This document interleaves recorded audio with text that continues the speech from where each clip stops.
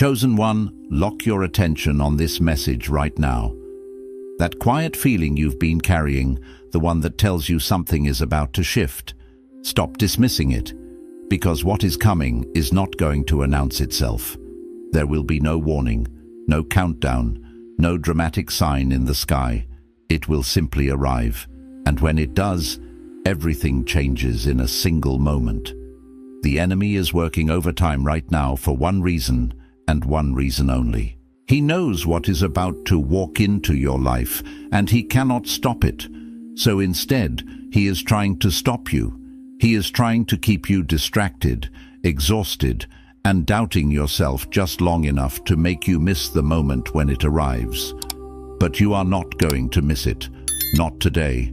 It all ends this week. The waiting, the wondering, the silence that has stretched so long, it started to feel permanent. But hear this clearly. It is not ending because of timing or luck. It is ending because of what you have already done. Because of the prayers you prayed when no one was watching. Because of the ground you held when everything in you wanted to let go. Think back to that moment this week when you almost said something you would have regretted. When a situation came at you without warning and every part of you wanted to react, wanted to defend yourself, wanted to explain. But something held you back. You stayed quiet. You walked away. You let it go. You thought that was weakness. You thought that silence cost you something. But I am here to tell you that silence was a weapon. That moment of restraint was not you losing ground. That was you signing the final document. That was the act that sealed the enemy's removal from your situation. You did not ruin anything. You finished everything. You did not find this message by accident. The algorithm did not bring you here. God did. This is a divine appointment that was scheduled before the foundations of the earth were laid, and you are sitting here at exactly the right second for exactly the right reason. Do not scroll away. Do not let this play in the background while you do something else. Your future self is asking you to be present for this, because if you disconnect now, you will leave before the verdict is read over your life. In the next few minutes, I am going to give you the legal decree that cancels every assignment the enemy has launched against what is coming to you. I am going to show you the exact moment this week where you unknowingly activated your breakthrough without even realizing it. And at the end, I am going to give you the declaration that seals this open door shut, so that nothing the enemy tries can reverse what God has already set in motion. Stay until the very last second. I know what the last 72 hours have felt like. The atmosphere around you has not just been still, it has been heavy, like pressure sitting on your chest that you cannot explain and cannot shake, like the silence before something massive arrives. Maybe you have been moving through your days this week, feeling like you are one step behind, like everyone around you is operating in normal time, and you are wading through something thick and invisible. Or maybe you woke up at 3 in the morning and just lay there in the dark, heart beating a little too fast, with a feeling you could not name but could not ignore. You feel like you are suspended, like you are standing in a gap between the life that was and the life that was promised, and you cannot see either shore from where you are standing. And in that gap, the enemy has been whispering a very specific lie. He has been telling you that what is coming has been delayed because of you. He has been replaying a moment in your mind over and over again. That moment when you pulled back, when you went quiet, when you stopped pushing and simply let something go. And he has been labeling that moment as your greatest mistake. He has been telling you that your silence, your stillness, your refusal to fight back cost you the very thing you have been believing for. But I need you to hear what the scripture actually says about this moment. Nahum 1:9 declares, "What do you conspire against the Lord? He will make an utter end of it. Affliction shall not rise up the second time." Hear that. Affliction shall not rise up the second time. The enemy wants you to believe you are in a cycle. He wants you to believe the clock has been reset and you are beginning again from the start. He wants that lie to become so loud in your mind that you stop expecting what is coming. But that is not a cycle you are in. That is a conclusion. The heaviness you feel is not punishment pressing down on you. It is finality. It is the weight of something ending so completely that it can never return. It is the last tension in a cord that is one breath away from snapping. What you called your moment of failure was not failure at all. It was the final move. It was the strategy heaven had been building toward the entire time. You did not disqualify yourself. You did not delay the blessing. You did not reset what God set in motion. You completed it, and they are coming, with no warning, with no announcement, with no time to prepare. But you do not need to prepare. You are already ready. You have already done the work. The only thing left to do is receive. And now that you know you are ready, now that the truth has landed that you have already completed the final move, here is what shifts next. Because readiness is not passive. Readiness is not sitting quietly with your hands folded, waiting for heaven to drop something at your feet. Readiness is an active spiritual posture. It is the decision to stop rehearsing the delay and start operating from the reality of what has already been decreed. It is the bold stance of one who knows the battle has already been won in the unseen realms and is now simply awaiting the manifestation on the earthly plane. This active readiness is like a spring uncoiling, a ship setting sail, or a seed bursting forth from the soil with an undeniable internal certainty of its purpose.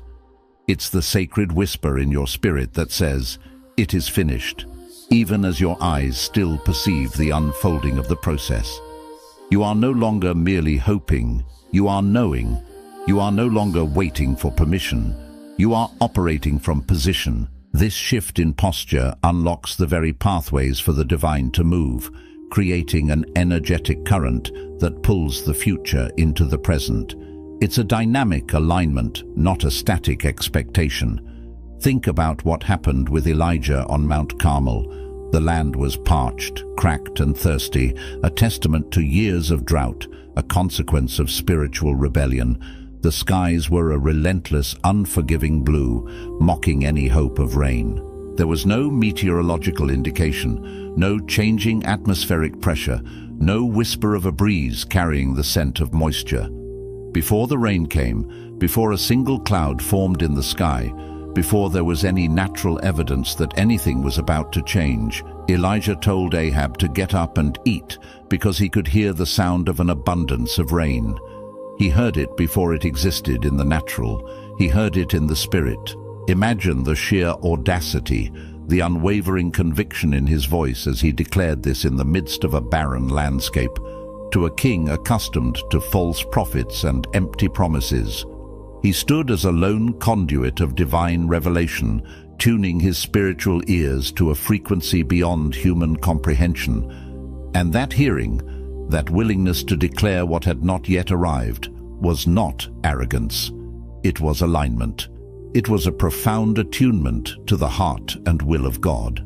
He was not speaking something into existence from thin air, conjuring a reality out of nothingness. He was agreeing out loud with what heaven had already decided, simply echoing the divine decree that had already been established in the spiritual courts. He was acting as a divine witness, testifying to a truth that was already in motion. And then he went and prayed 7 times, each prayer a deeper anchoring, a further declaration of faith, a persistent knocking on the door of heaven. It wasn't a desperate plea, but a rhythmic, confident summons. And on the 7th time, a cloud the size of a man's hand appeared on the horizon, a distant whisper on the edge of vision. That small cloud was enough. It was a punctuation mark in the vast, empty sky, a prophetic preview, a tangible sign of an invisible certainty. Because Elijah knew what it was the beginning of. He saw not just a cloud, but the breaking of a drought, the torrent that would quench the thirst of a nation, the divine vindication of God's power. His spiritual sight magnified the small into the significant. You are standing at your cloud the size of a man's hand moment. This tiny flicker of hope, this nascent manifestation, this first undeniable ripple in the calm surface of your waiting. What is visible right now may look small. It may look insignificant, hardly worth mentioning. It may not look like the fullness of what was promised, perhaps only a faint outline, a shadow of the coming glory. But the question is not whether you can see the whole sky yet, bathed in the thunder and lightning of breakthrough. The question is whether you recognize what that small movement means, whether your spiritual discernment is sharp enough to perceive the seed of destiny. Because the enemy, with his cunning whispers, will use the smallness of the beginning to talk you out of the magnitude of the ending. He will point at that fragile cloud and say, "That is all there is," a fleeting anomaly that will dissipate into nothingness. He will tell you not to get your hopes up, to temper your expectations, to protect yourself from inevitable disappointment. He will dress discouragement in the deceptive language of wisdom and tell you to be realistic, to come back down to earth, to settle for less than what your heart truly desires. He will argue for the limitations of your senses, challenging the conviction of your spirit. He wants you to dismiss the first drop as merely a splash, instead of recognizing it as the foretaste of a deluge. But you were never called to be realistic. You were called to be faithful to what you heard. Realistic is the language of the fallen world. Faithful is the dialect of the kingdom.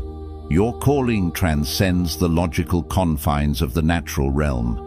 Your mandate is rooted in a deeper truth, a higher reality, the unshakable word that resonated in your spirit. And what you heard was not a rumor, a fleeting thought, or a figment of your imagination.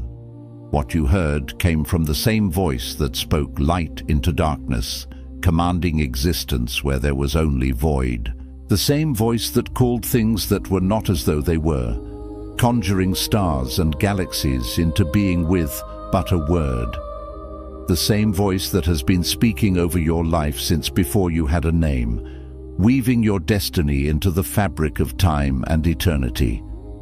This is the voice of your Creator, the architect of your purpose, and His word does not return to Him void. It carries the power of its own fulfillment. Now here is where it goes deeper, because there is something happening beneath the surface of your situation that you need to understand before the door fully opens, before the floodgates of blessing are entirely released. The enemy knows that if he cannot stop the blessing, if he cannot outright cancel what God has decreed for your life, his next, equally insidious strategy is to corrupt the posture you receive it in. He does not need to cancel what is coming, he simply needs to taint it. He just needs to make sure that when it arrives, you receive it through the wrong filter, a distorted lens that diminishes its power and joy, through a filter of fear, causing you to constantly anticipate its withdrawal or decay, through a filter of unworthiness, making you believe you don't truly deserve it, thus preventing you from fully owning it, through a filter that says, "This is too good to be true, this cannot last, something will inevitably go wrong," thus keeping you in a state of perpetual anxiety and suspicion. These filters are not just minor inconveniences, they are spiritual toxins designed to neutralize the very good heaven intends. Because a blessing received through fear becomes a burden, a heavy weight on your shoulders, constantly threatening to crush you rather than lift you. What was meant to be freedom becomes a new source of captivity, a treasure you are terrified of losing. A door walked through in panic becomes a prison, its open threshold transforming into bars, because your apprehension prevents you from stepping into the expansive freedom beyond. You enter, but your heart remains locked in the previous season of constriction. And a season of favor entered without identity, without a firm grasp of who you are in Christ, will inevitably be sabotaged by the very person it was given to, yourself. For without a clear understanding of your divine appointment, you will mismanage, misuse, or even destroy the very gifts intended to propel you forward. This is what happened with Saul. He was chosen, plucked from obscurity, anointed by the prophet Samuel with oil that signified divine appointment. He was positioned as the first king of Israel, given a powerful mandate and an extraordinary opportunity to lead God's people. But he never fully accepted what he was called to be. His foundation was shaky, rooted in insecurity rather than divine affirmation. He kept comparing himself to others, particularly the formidable David, allowing external perceptions to dictate his internal state. He kept performing for the crowd, seeking their approval and validation, instead of standing firmly in his assignment, secure in the identity God had bestowed upon him. He was a king who wore his crown for the applause, not for the calling.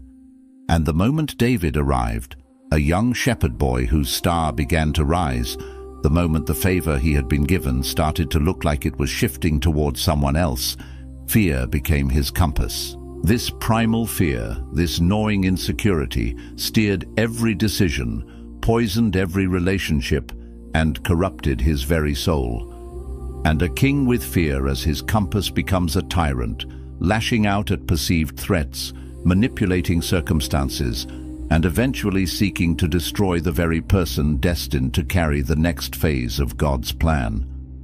Not because the calling was removed by God, but because identity was never established in Saul's heart.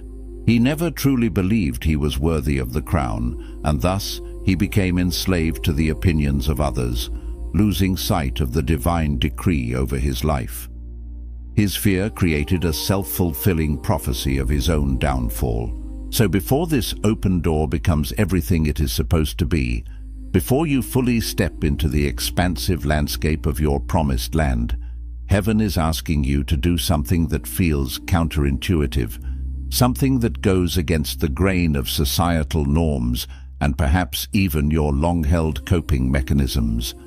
Heaven is asking you to stop shrinking, to stop making yourself smaller, quieter, less noticeable, less brilliant, in an attempt to fit into molds that were never meant for you, to stop pre-apologizing for what is about to be on your life, for the blessings, the favor, the opportunities, the anointing that will undeniably set you apart.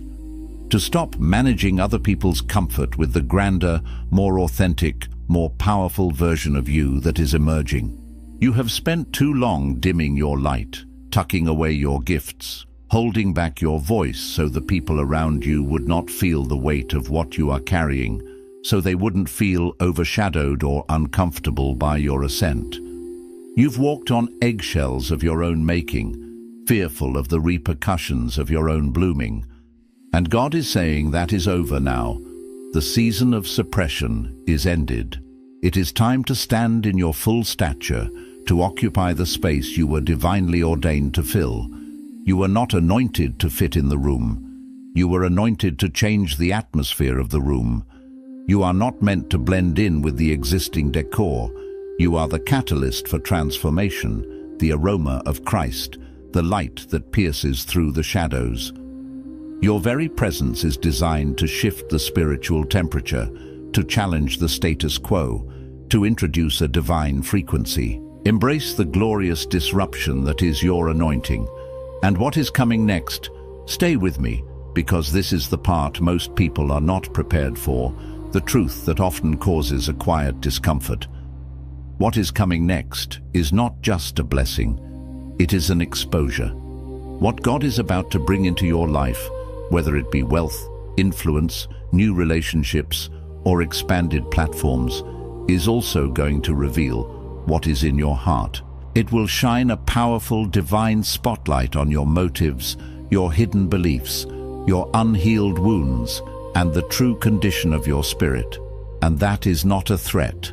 That is a gift, a profound act of divine grace, because you cannot carry what is coming, the weight and magnitude of the new assignment, with the limiting beliefs, unaddressed fears, and unexamined motives you have been holding. The capacity has to expand before the blessing arrives, or the blessing arrives and has nowhere to go, like water hitting a closed vessel, spilling out and becoming wasted. This exposure is God's gentle yet firm way of preparing you not just for the blessing, but for the sustained stewardship of it. It's an invitation to introspection, a divine cleansing that makes space for greater glory. Think of the widow with the oil in 2 Kings, a poignant example of this principle. She was at the brink of despair, facing destitution, her sons about to be taken as slaves. Elisha did not bring the oil from some external source or miraculously conjure it from thin air. He asked her what she had in her house, directing her gaze inward, challenging her perception of her own scarcity. And she had almost nothing, only a small jar of oil, a seemingly meager resource, barely enough to sustain her for another day. But he told her to gather vessels, empty ones, as many as she could find. This was the critical instruction, the expansion of expectation, the preparation of space. Not just a few, but as many as you can find, pushing her beyond her perceived limits. And then he told her to pour. This was the act of obedience, the step of faith into the unknown. And the oil did not multiply while she was just contemplating. It did not multiply while she was gathering the vessels, although that was a necessary preliminary step. It did not multiply while she was planning or strategizing. It multiplied in the very act of pouring, in the dynamic movement of faith.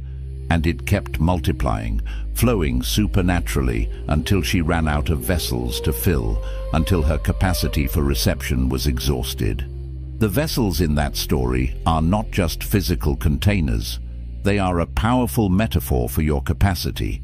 They are your expectations, the spiritual containers you bring to God. They are the size of what you are willing to believe for, the breadth of your imagination when it comes to divine provision. And what heaven is saying to you right now is that it is time to gather more vessels. It is time to expand what you are expecting, to break open the hardened soil of limiting beliefs and allow the seeds of abundant faith to take root. Because the oil is not going to run out. God's supply is infinite, His generosity boundless, His wellspring inexhaustible. The only thing that will stop the flow, the only constraint on the miraculous, is a shortage of vessels. It is the self-imposed limit on what you are prepared to receive. Your limitation is not God's willingness. Your limitation is the size of the container you have been asking Him to fill. He is not constrained by your circumstances. He is constrained only by the boundaries of your belief and the capacity you create to receive. Now, once that shifts in you, and it is shifting right now as you hear this, a subtle reorientation in your spirit, a loosening of old chains, there is something else that has to happen. And this is where the real turning point lives, because most people get agonizingly close to breakthrough, and then pull back right here at the precipice of their greatest reward. They get close enough to smell the promise, to almost taste the victory, to feel the warmth of the breakthrough sun on their skin, and then they disqualify themselves at the threshold. They conjure reasons to pause, to delay, to retreat from the very thing they've longed for. They say things like, "I am almost there," or "I just need a little more time to prepare," or "maybe next season." And those sentences sound like wisdom. They carry the deceptive veneer of prudence and humility. But they are fear with a vocabulary upgrade, sophisticated rationalizations that mask a deeper reluctance to fully step into the unknown magnitude of God's plan. They are procrastination dressed in pious language, a self-imposed prison of perpetual preparation. They are the enemy's final, most subtle tactic to keep you from crossing over. Coming up in just a moment, there is a hidden agreement you have been living under that sounds like faith, but has been functioning as a ceiling, a transparent barrier that has kept certain blessings circling just above your reach. And once you see it, once you expose it to the light of truth, You will understand why certain things have been circling but not landing, why breakthroughs felt imminent but never quite materialized. But first, this has to land fully, deeply, irrevocably within your spirit. You have been treating your preparation as incomplete, as an unending process that always requires one more step, one more lesson, one more refinement. You have been living in a perpetual state of almost ready, holding your breath on the threshold, never quite exhaling into the fullness of the moment. And what God is asking you to confront, with unflinching honesty, is this. At what point does preparation become an excuse not to step forward? At what point does the refining season, meant to shape and strengthen you, become a comfortable hiding place, a spiritual bunker where you feel safe from the demands of your calling? Because Moses spent 40 years in the desert being prepared, tending sheep, encountering the mundane, stripping away the Egyptian prince from his identity. But there was a moment when the burning bush appeared, blazing with divine fire, and God said, "Now." Not in a few more years after you've accumulated more wisdom, not when you feel more confident, when every shred of doubt has vanished. Now. And Moses still argued, still tried to reason with the Almighty. He still said, "Who am I to go?" He still tried to disqualify himself from his own assignment, pointing to his perceived inadequacies and lack of eloquence. He leaned on human logic in the face of divine command. But heaven does not wait for you to feel qualified. Heaven waits for you to say yes, a resounding, unequivocal affirmation to the divine invitation, even if your knees are knocking and your voice trembles. Your feeling of readiness is not the prerequisite. Your obedience is. And you have been saying yes in pieces, fragmented affirmations scattered across your journey, quietly, in the dark, in prayers that felt like they dissolved into the ceiling, unheard and unacknowledged. These were silent commitments, whispered longings, tentative acts of surrender. But what you did not see, what you could not perceive from your earthly vantage point, was that heaven was collecting every one of those broken yeses, every hesitant nod, every tearful agreement. They were being gathered, pieced together, assembled into the single powerful moment of completion that sealed your breakthrough. And that moment has already passed. You are already on the other side of it without realizing it, like crossing an invisible finish line. The declaration has been made. The curtain has fallen on the previous act. What you are walking into now is not the trial. It is not the preparation. It is not the wilderness. What you are walking into is the land, the promised inheritance, the season of fruitfulness and manifestation. The wilderness served its purpose. The preparation has run its course. This is the crossing over, the beginning of your occupation. And here is the part no one wants to hear, because it is the part that requires the deepest confrontation with yourself, a raw honesty that peels back layers of self-protection, the part that most people reach and quietly click away from, shifting their gaze, because it is too precise, too piercing to sit with comfortably. It challenges the very narratives we've constructed around our struggles. The thing that has been blocking the full manifestation of what God promised is not the enemy's assignment against you, though his attacks were real.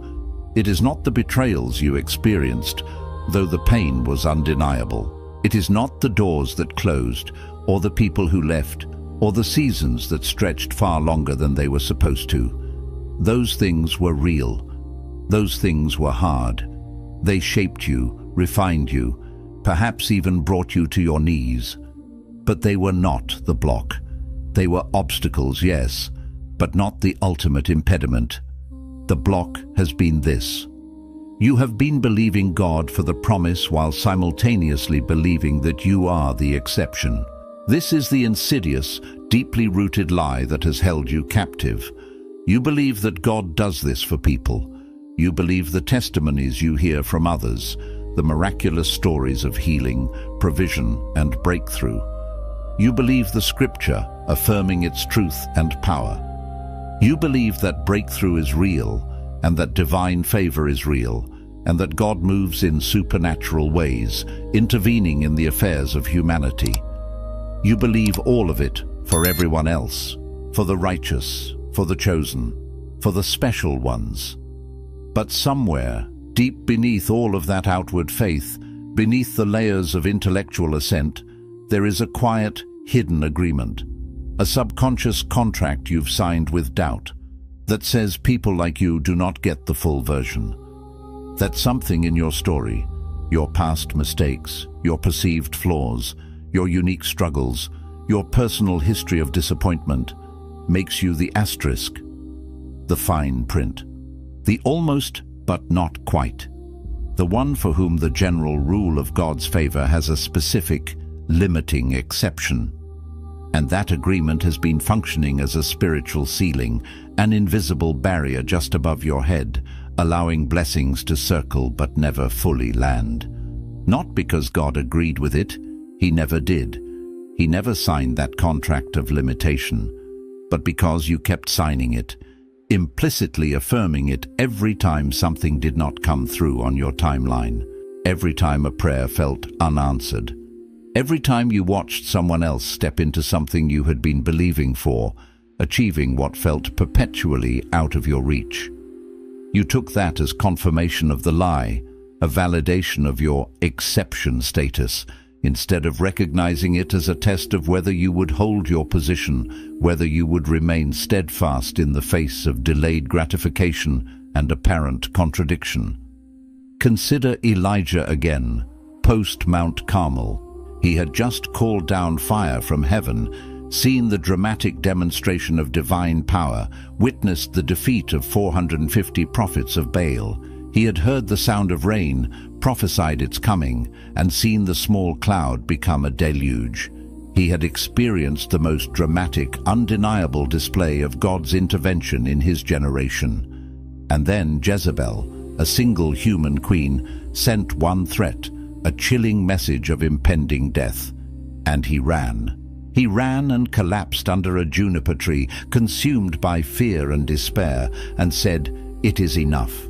He said, "I am the only one left," believing the lie of isolation and self-pity right in the middle of his greatest victory, after proving God's power to an entire nation. He too felt like the exception, singled out for persecution, exhausted and alone. And God did not rebuke him. God did not scold him for his fear or his lapse in faith. God fed him. God let him sleep. He provided sustenance and rest for a weary soul. And then, after he was nourished and restored, God said, "The journey is too great for you. Get up and eat again." He implied that the journey ahead, the next phase of his calling, required a strength and a spirit that the current, depleted version of Elijah simply did not possess. The journey ahead is too great for the version of you that has been running on fear and isolation and the quiet belief that you are the exception to the promise. You cannot step into the magnitude of what is coming with the baggage of unworthiness and doubt, but you are not being asked to do this on the strength you have been operating from, the strength that has been fighting against these hidden agreements. You are being asked to eat, to receive, to let something in, to be divinely nourished and restored before you try to go anywhere else, before you attempt to carry the weight of the new season. This is not about self-effort. It is about divine infusion. Because what is about to walk into your life is going to require a version of you that has been fed, deeply satisfied and sustained by the bread of life and the living water. That has been restored, healed from the internal wounds and the lies that have chipped away at your identity. That has stopped running from your true self and started receiving the fullness of God's love and acceptance. And the receiving begins right here, in this sacred, pivotal moment. It begins in this moment where you finally stop treating yourself as the exception, finally rip up that hidden agreement of limitation and accept that everything God said, every promise, every decree, every word of hope and destiny, He said it to you. Not around you, not near you, but directly, personally, intimately, to you. You are the intended recipient. This is the verdict. This is the decree that has been read over your life in the courts of heaven, stamped with divine authority and irrevocable truth. And now you are hearing it on earth so that what is bound above can be loosed below, so that the spiritual reality can finally manifest in your physical experience. This is the breaking of the spiritual ceiling. This is the opening of the floodgates. The assignment against you is cancelled. Every diabolical plot, every scheme designed to hinder, to steal, to destroy, is now null and void. The delay is expired, its season has run its course, and the waiting room is now empty. The silence has ended, and a new sound is emerging, a symphony of breakthrough and restoration. And what is walking toward you right now has your name on it. Not someone else's, not a blessing meant for another, but tailor-made for you. Not a version of you that does not exist yet, a perfected future self, but your name. As you are, today, in this moment. You are ready. You are worthy. Now place your hand on your chest and speak this out loud, because declarations are not just emotional exercises, they are spiritual coordinates. They are signposts in the unseen realm, active commands that tell heaven exactly where you are standing and what you are agreeing with, aligning your earthly reality with the divine.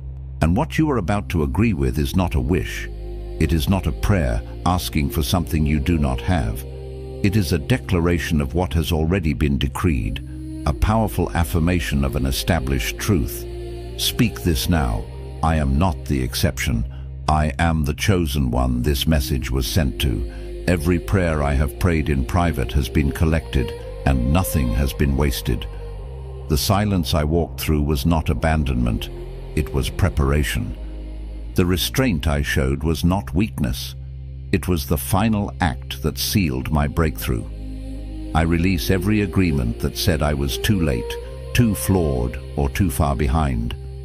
I release every ceiling I built from disappointment. I step into this season fully, without apology, without shrinking, without waiting for permission that has already been given. The door is open. I walk through it now. What God has declared over my life cannot be reversed, cannot be stolen, and cannot be delayed beyond this moment. I receive it, all of it. I am ready, and I am enough. If this message has spoken to something in you that needed to be spoken to, if you felt something shift while you were reading or listening, even if you cannot fully name it yet, do not let that feeling dissolve into the noise of the rest of your day. That feeling is information. It is confirmation. Share this with someone who is also standing in the gap between what was and what was promised, because they did not find it by accident either. And leave something in the comments, not for the algorithm, but as a declaration. Tell God you received this. Tell the enemy you saw through the lie. That act of acknowledgement is part of the sealing. Do not skip it.